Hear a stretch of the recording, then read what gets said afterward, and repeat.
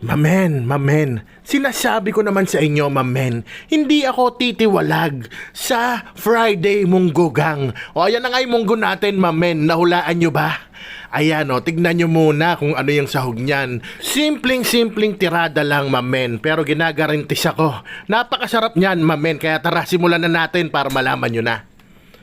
Ayan nga, mamen, as usual, sa pressure cooker ko titirahin. Kung wala kayong pressure cooker, walang problema. Same procedure, same ingredients, same dami ng ingredients. Mas matagal nyo lang pakukuluan, mamen. Siyempre, hindi naman mawawala ang ating aromatiko. Hindi lang pampa-aromatics yan, pampabango, pampalasa rin yan, mamen. Talagang ginisa ko ng todo yung sibuyas hanggang lumabas ang kanyang kaluluwa, mamen, or pagpawisan.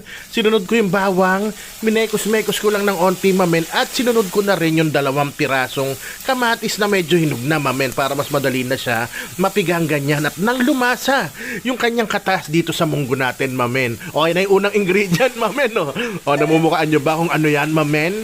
O, mamaya sa dulo ko sasabihin ng pangalan nito nang mahulaan nyo, mamen. O, kung nandiyan ka, nanonood ka, at kung nanghula ka, dapat na-share mo yung video, ha? At baka pwedeng paki-comment mo naman kung saan ka nanonood ngayon para malaman ko kung saan nakaabot tong munting video natin ng munggo, mamen. O yan, nilagyan ko lang ng paminta kasi luto na naman yan at tinalo ko at sinama ko na rin kagad yung munggo, mamen. Ba't patatagalin mo pa kung pwede namang mabilisan na? Ayan, pinatisan ko ng onti lang muna kasi medyo maalat yung karning nilagay ko, mamen. Galing Cebu. Oy, mukhang alam nyo na. Ayan, nilagyan ko ng chicken powder, onti lang kasi feeling ko maglalaglag pa tayo dyan mamaya ng Knorr Cube. Pero mamaya na kasi medyo maalat nga yung karne. Ayan, sinabawan ko na. Tapos ipe-pressure cooker ko yan ng 15 minutes, mamen. O alam nyo na rin yan. Pag sipol niyan, tsaka kayo mag-start ng 15 minutes, hinaan nyo. Yan, no? So, after 15 minutes, patayin nyo yung apoy, tapos pasingawin yung pressure, pero ingat kayo, ha? Pag sumirit, balik nyo yung takip. Ayan na magiging itsura niyan, mamen. Diba? Lutong-luto na. Lagay na agad natin yung ceiling green para lumasa na siya.